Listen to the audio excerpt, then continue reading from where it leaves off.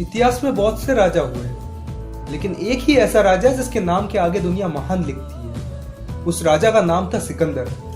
इतिहास में वह सबसे कुशल और यशस्वी सेनापति माना जाता है। अपनी मौत तक वह उन तमाम देशों को जीत चुका था जिसकी जानकारी प्राचीन यूनान के लोगों को थी, इसलिए दुनिया उसे विश्व विजेता कहती है। सिकंदर एक महान इंसान था। सिकंदर के पहले लोग कबीलों में रहते थे। उसके आने के बाद सब कुछ मुमकिन सा हो गया। अचानक सबको महसूस होने लगा कि एक राजा सारी दुनिया पर राज कर सकता है। सिकंदर ने 18 महान राज्य बनाए। वो एक ऐसी सल्तनत थी जहां सिर्फ सोने की खनक ही नहीं, समझदारी की चमक भी थी। उस प्राचीन सभ्यता के दरवाजे सबके लिए खुले थे। इस दुनिया में कई महान लोग आए, पर सिकंदर सिर्फ एक ही था। सिकंदर से पहले पूर्व में फारस की सल्तनत लगभग पूरी दुनिया पर राज करती थी। पश्चिम में एक वक्त के महान आजाद राज्य एथेंस व स्पार्टा अपने ही गुरूर की वजह से तबाह हो गए। कई सदियों तक फारस के बादशाह यूनानी लोगों को सोने की रिश्वत देकर उनसे काम करवाते रहे। एक राजा थे फिलिप, एक आंख वाले राजा, जिन्होंने सब बदल दिया। उन्होंने पहाड़ी इलाकों के अनपढ़ चरवाहों को एक किया, अपने खून और अपनी हिम्मत से एक काबिल सेना बनाई जिसके आगे यूनानियों को घुटने टेकने पड़े।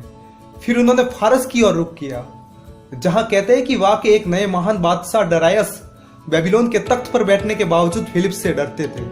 जंग के इसी शेर के घर सिकंदर का जन्म हुआ था, मैसेडोनिया के एक शहर पेला में। कुछ लोग कहते हैं कि उसकी मां ओलंपियस जादूगरनी थी जो सांपों के बीच रहती थी, और सिकंदर खुद यूनानी देवता डायनेसियस या जियूस का बेटा था। और असल में मैसेडोनिया का हर एक व्यक्ति सिकंदर को देखकर यह बात सोचने पर मजबूर हो जाता था। सिकंदर के गुरु महान दार्शनिक अरस्तु थे, और कहते हैं कि अरस्तु ने सिकंदर को विश्व विजेता बनने का सपना दिखाया था।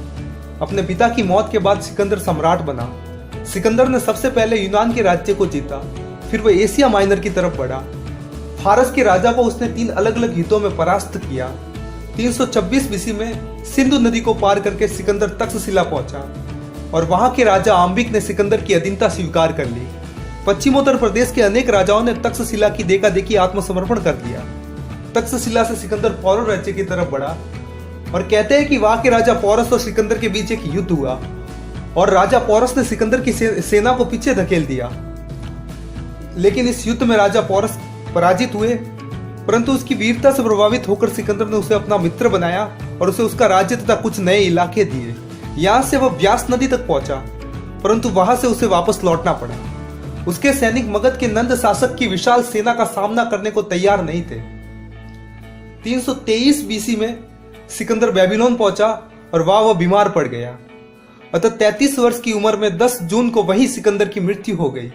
केवल 10 वर्ष की अवधि में इस अपूर्व योद्धा ने अपने छोटे से राज्य का विस्तार करके एक विशाल साम्राज्य स्थापित कर लिया था, जिसमें यूनान और भारत के मध्य तक सारा भूभाग सम्मिलित था।